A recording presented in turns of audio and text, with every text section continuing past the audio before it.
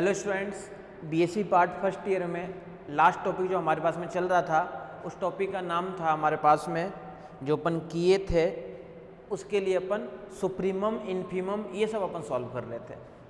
आज जो हमारे पास में टॉपिक है उस टॉपिक का नाम है CNF form and DNF form.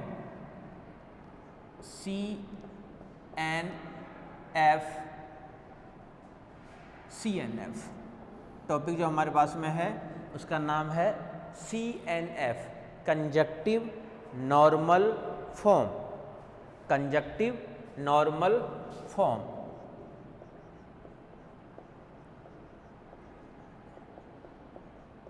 Conjunctive normal form ये हमारे पास में टॉपिक है। लेकिन कंजक्टिव नॉर्मल फॉर्म से पहले आपको दो चार डेफिनेशन देखनी पड़ेगी कि सबसे पहले है कि बूलियन वेरिएबल्स क्या है। तो बूलियन वेरिएबल्स के बाद में आपको पता चलेगा कि लिटरल क्या होते हैं, अक्षर जिसको बोलते हैं अपन, लिटरल की डेफिनेशन। देन हमारे पास में आएगा मिनटर्म, फिर आएगा हमारे पास में मैक्सटर्म, और उन सब से फिर बनेगा हमारे पास में क्या, कंजक्टिव नॉर्मल फॉर्म। तो फर्स्टली जो अपन देखना चाह रहे हैं वो क्या देखना चाह रहे हैं अपन कि सबसे पहले बूलियन वेरिएबल की डेफिनेशन देख रहे हैं अपन। सबसे पहले तो हमारे पास में जो फर्स्ट नंबर है सबसे पहले उसका नाम है Boolean variable.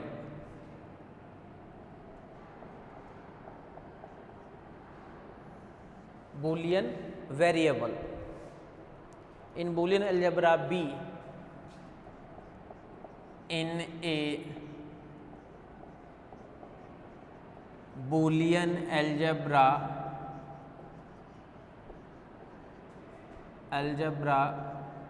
B plus dot complement 0 1, in a Boolean algebra B plus dot complement 0 1, the notation used for the notation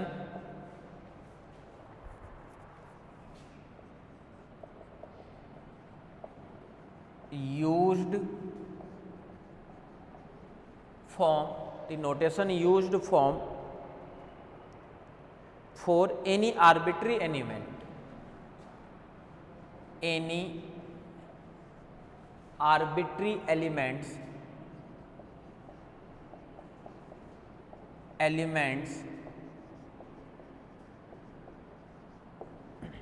कोई भी आर्बिट्री एलिमेंट्स हो उसके लिए अपन काम में लेंगे। सही है।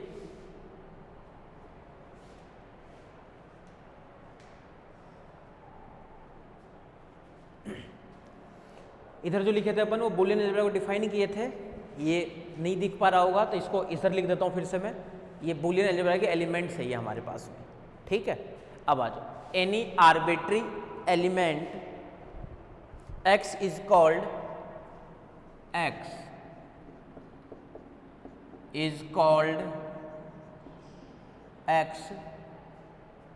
Called Boolean variable. Boolean variable यानी बूलिये, सबसे पहले देखो अपन क्या लिखना चाह रहे हैं, बूलियन वेरिएबल जिसको अपन क्या बोलते हैं, बूलिये चर, इसको अपन बोलते हैं बूलिये चर। बूलिये चर क्या कहता है, यानी जो देखो पहले अपन जो एलिमेंट्स लेते थे तो क्या लेते थे, A B C, मैक्सिमम अपन यही एलिमेंट्स लेते थे B में से, बूलिये बीजगणित में से। अब क्या करना है हमें, बोला जो एलिमेंट्स आपको लेना है उसका जो नोटेशन काम में लेंगे अपन, वो अब काम में लेंगे x, और जो x अपन काम में लेंगे ना वही कहलाता है भाषा में बूलियन वेरिएबल, ठीक है। अब ध्यान रखना, नेक्स्ट पढ़ेंगे अपन लिटरल। लिटरल का मतलब क्या होता है कि जो वेरिएबल काम में ले रहे हो वेरिएबल और साथ में उस वेरिएबल का कॉम्प्लीमेंट, दोनों मिलकर के अक्षर बनाते हैं लिटरल। जो भी बूलियन वेरिएबल काम में ले रहे हो x और उसकी x का कॉम्प्लीमेंट, ये दोनों मिलकर क्या बनाएंगे आपके पास में, लिटरल। तो नेक्स्ट डेफिनेशन जो हमारे पास में है वो है लिटरल के लिए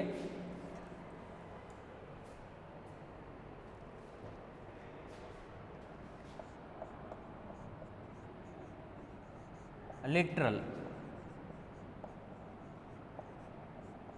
अक्षर। लिटरल क्या है हमारे पास में? In a Boolean algebra B, in a Boolean algebra, Boolean algebra B plus dot complement 0 1, in a Boolean algebra B plus dot complement any variable x, any variable x, any variable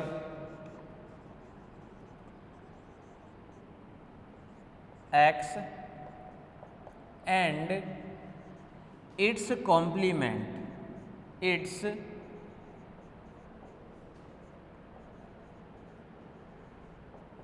complement x dash, its complement x dash is called literal,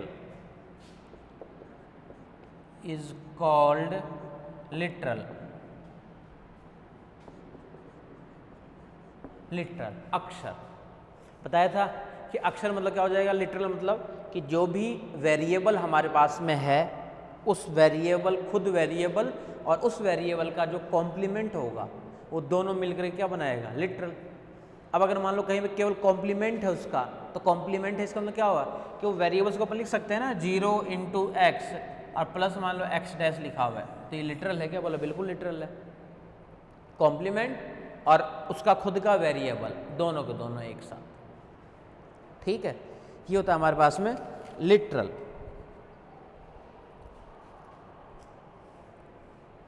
और literal और ये मिलकर के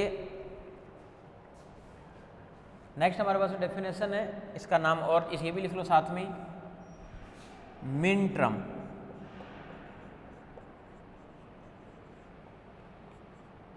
मिनट्रम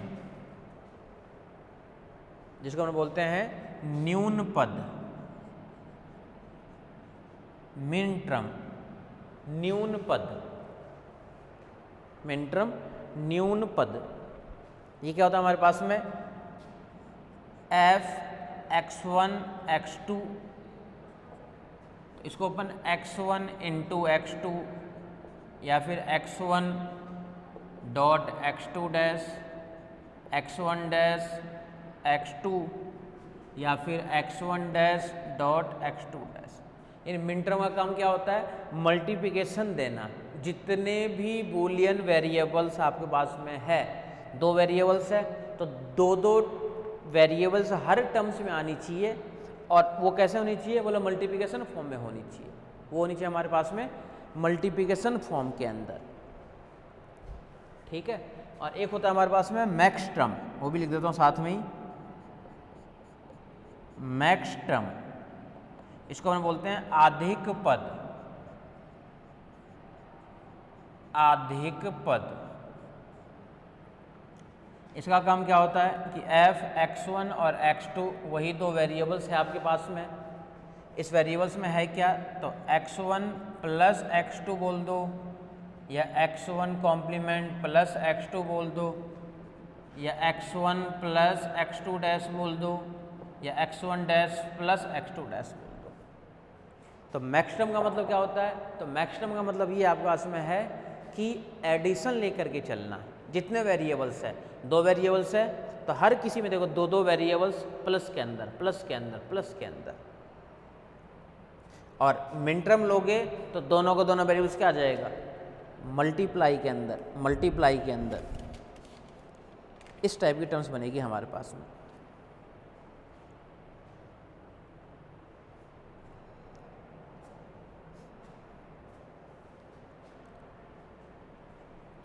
ठीक है, तो सबसे पहले पता होना चाहिए वेरिएबल्स के बारे में, देन आपको पता होना चाहिए अक्षर के बारे में, लिटरल के बारे में, फिर पता होना चाहिए आपको मिनट्रम कि जो वेरिएबल्स बना है, जो बूलियन अलजेब्रा का जो एक्सप्रेशन होता है। और नेक्स्ट जो हमारे पास में है वो है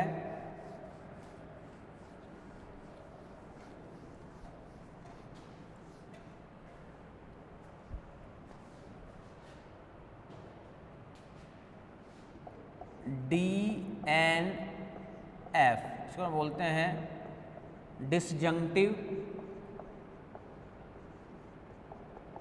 डिसजंक्टिव नॉर्मल फॉर्म,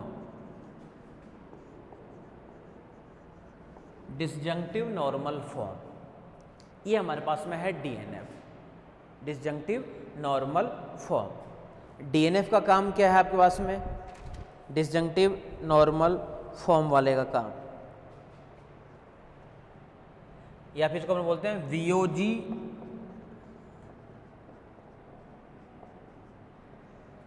प्रसामान्य रूप,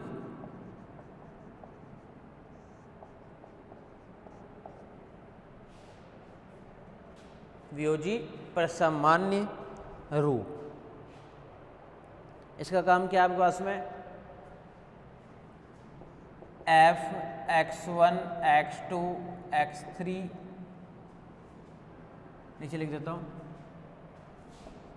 F X1 X2 X3 Xn equals to M1 plus M2 plus M3 plus Mn, जहाँ M1 M2 M3 Mn न्यून पद है, इज ए मिन टर्म, न्यून पद है या मिन टर्म, एक ही चीज है, मिन टर्म। ये देखो अब ध्यान से, DNF फॉर्म क्या होता है आपके पास में, कि DNF फॉर्म के अंदर सबसे पहले ये देखोगे कि टोटल वेरिएबल्स कितने हैं, X1 X2 X3 X4 जितने भी वेरिएबल्स हमारे पास में है, टोटल वेरिएबल्स कितने हैं। वेरिएबल्स के बाद में, वेरिएबल्स जब हो जाएंगे कंप्लीट आपके पास में, तो वेरिएबल्स के बाद में आपके पास में जितने भी वेरिएबल्स ले चुके आप लोग, उन सभी वेरिएबल्स के लिए क्या लिखना, देखो मिन टर्म का काम क्या है, न्यून पद का, कि मल्टीप्लाई देना, यानी आपको करना क्या है, बोला multiply then addition, multiply then addition, multiply then addition, ये होता है हमारे पास में DNF यानी डिसजंक्टिव नॉर्मल फॉर्म। और नेक्स्ट जो हमारे पास में है वो है CNF conjunctive normal form, CNF, इसका नाम होता है conjunctive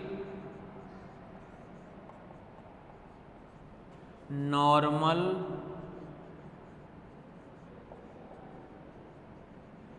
form, conjunctive normal form. इसका काम क्या है, सबसे पहले वेरिएबल्स देखेगा, ये भी कितने वेरिएबल्स है, मान लेते हैं आपस में इसके अंदर भी देखो 77 n ही वेरिएबल्स है, यानी X1 X2 X3 Xn equals to, अब ये बनाएगा M1 dot M2 dot M3 dot Mn, और जहाँ ये सारे है क्या, तो M1 M2 M3 Mn अधिक पद है, मैक्सट्रम है, अधिक पद है मैक्सट्रम। और मैक्सट्रम का काम क्या होता है कि एडिशन देना, यानी एडिशन पे मल्टीप्लिकेशन, और ये क्या था, मल्टीप्लिकेशन पे एडिशन, दोनों में डिफरेंस है, दोनों में डिफरेंस है ना, एक तो एडिशन पे मल्टीप्लिकेशन और एक है मल्टीप्लिकेशन पे एडिशन, इन दोनों चीज में डिफरेंस है। एडिशन पे मल्टीप्लिकेशन एंड मल्टीप्लिकेशन पे एडिशन, ठीक है। अब आ जाओ नेक्स्ट पे, और हमारे पास जो टॉपिक है वो यही वाला टॉपिक है आज, कि अपन आज CNF, इसको बोलते हैं अपन संयोजी प्रसामान्य रूप, संयोजी प्रसामान्य रूप, इसको बोलते हैं अपन संयोजी प्रसामान्य रूप, और एक वियोजी वाला पार्ट है ही। तो आज हमारे पास में वो यही है, संयोजी प्रसामान्य रूप। इसका एक क्वेश्चन आता ही आता है, या तो CNF फॉर्म का या फिर DNF फॉर्म का, और इस यूनिट के अंदर बस इतनी ही पार्ट ही है, बस अपन CNF को पार्ट को और देखेंगे और DNF वाले पार्ट को और करेंगे। ठीक है, आ जाओ।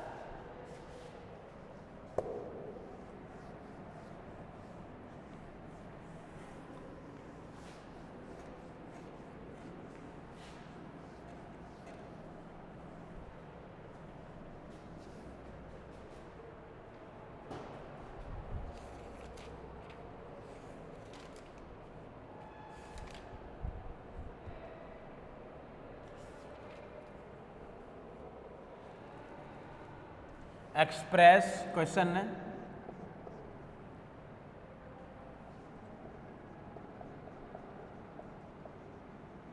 Express the Boolean expression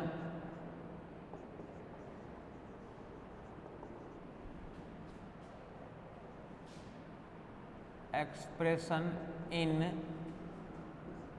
CNF, that means संयोजी प्रसामान्य रूप,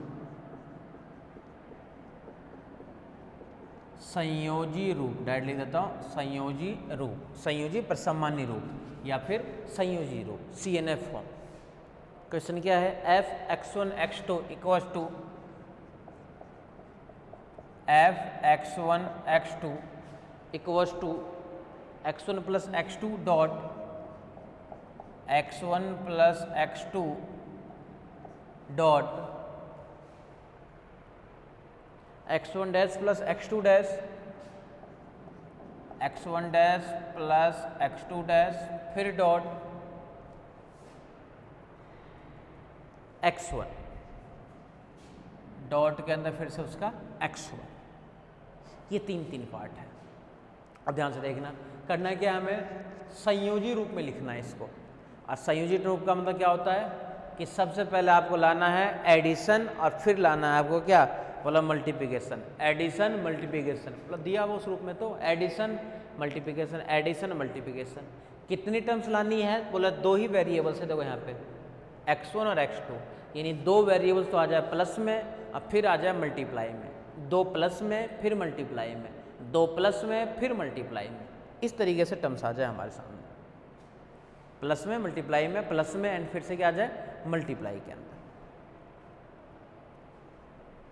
ठीक है, तो इनसे तो कोई प्रॉब्लम है नहीं, इस वाले से भी कोई प्रॉब्लम नहीं है। इस वाले पार्ट पे आ जाओ, यानी इसको अपन लिख सकते हैं क्या, देखो इक्वल टू के बाद हमें x1 plus x2 as it is रहने दो, dot x1 dash plus x2 dash, dot plus में लाना है तो x1 प्लस 0 लिख दो।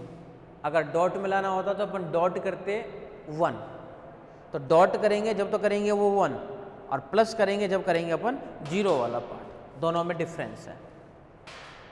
ठीक है, और ऐसा अपन क्यों किए हैं, इसका रीजन आ जाएगा योग तत्समक, योग तत्समक, एडिटिव आइडेंटिटी। इसको हम लिख सकते हैं क्या, x1 प्लस x2 को तो एज इट इज रहने दो, डॉट इसको भी एज इट इज रहने दो, x1 dash plus x2 dash, dot x1 को भी एज इट इज रहने दो प्लस 0 की जगह, तो 0 की जगह जो नहीं है वो लिख देते हैं अपन, बोला 1 तो है ही, 2 की कमी है, यानी x2 और x2 डैश लिख सकते हैं इसको अपन। किस लॉ से, कॉम्प्लीमेंशन लॉ से।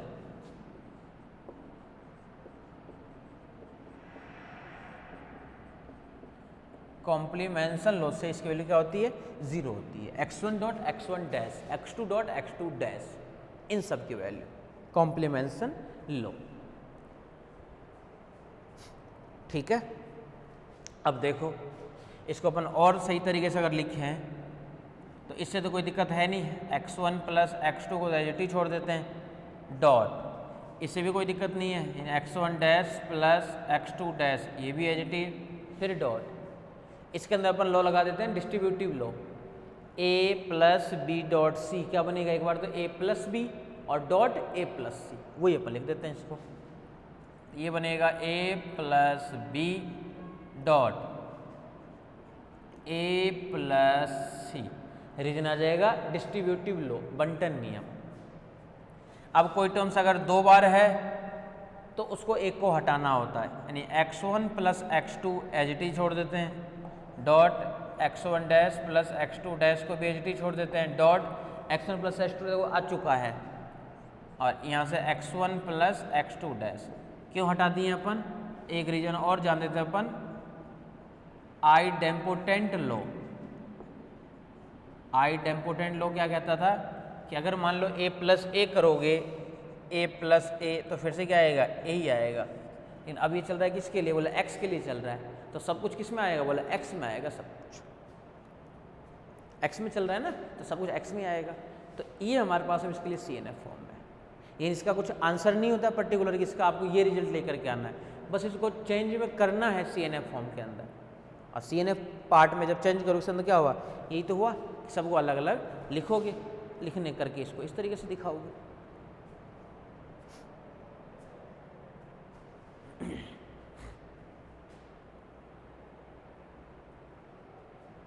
सही है, नेक्स्ट क्वेश्चन पे आ जाओ।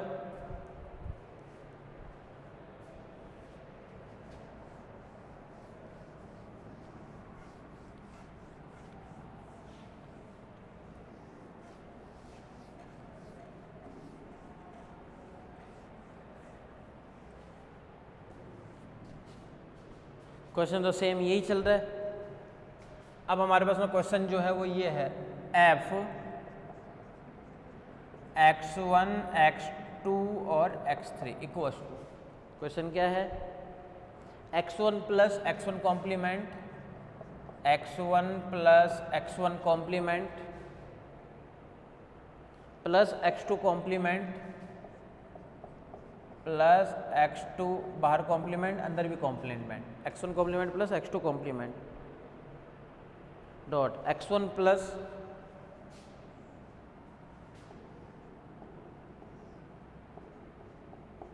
x1 फिर plus x2 dash x3 dash, x2 dash x3 dash, इसका फिर से dash, x2 dash x3 dash, इसका फिर से डैश।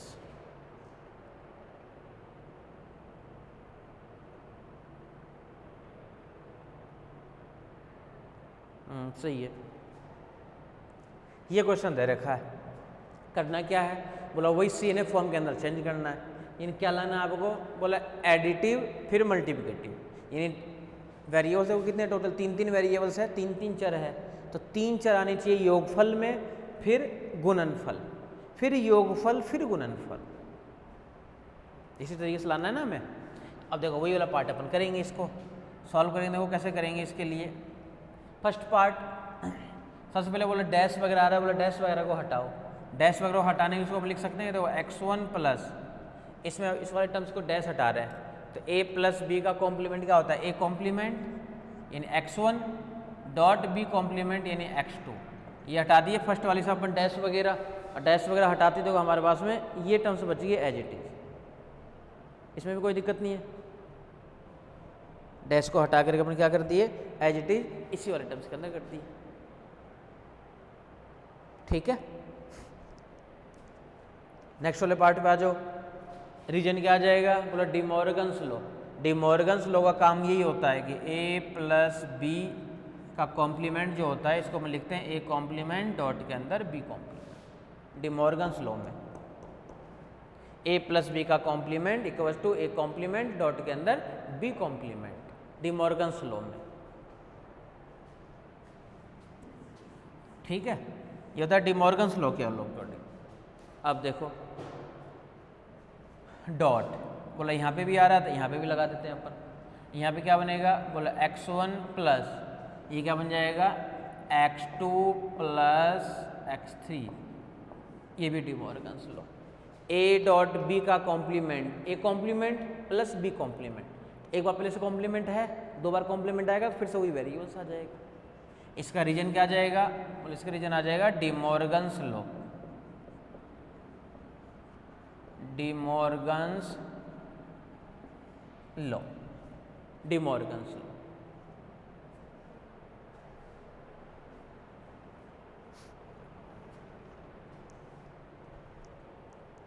ठीक है, अब देखो मतलब फिर से इसको ओपन करना पड़ेगा।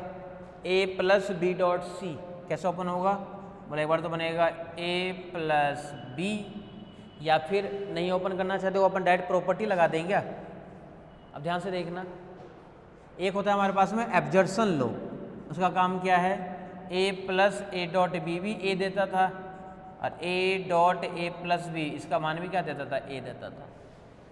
एब्जर्सन लॉ, अवशोषण नियम, वही पार्ट तो यहाँ पर लग रहा है काम में।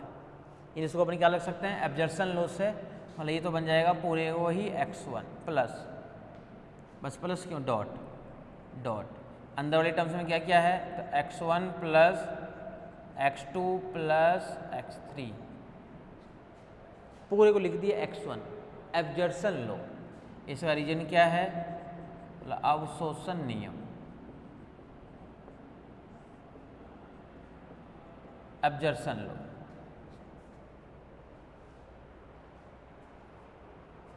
अवशोषण नियम,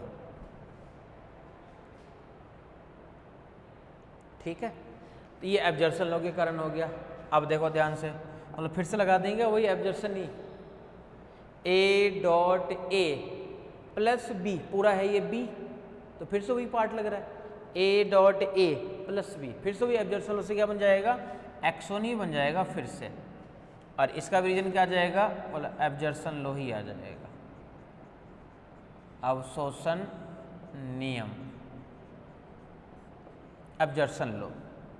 पता चल गया ना, चाहो तो ऐसे भी कर सकते हो, इसको ओपन कर दो, a plus B dot A plus C, आपकी मर्जी है। इसको अपन क्या लिख दे फिर से, तो एब्जर्सन लॉ, मतलब अभी भी काम नहीं हुआ है, हमें तो बोला एडिशन फॉर्म में लाना है। अब x1 के साथ में अपन लिख सकते हैं क्या, x1 प्लस 0, किस रीजन से,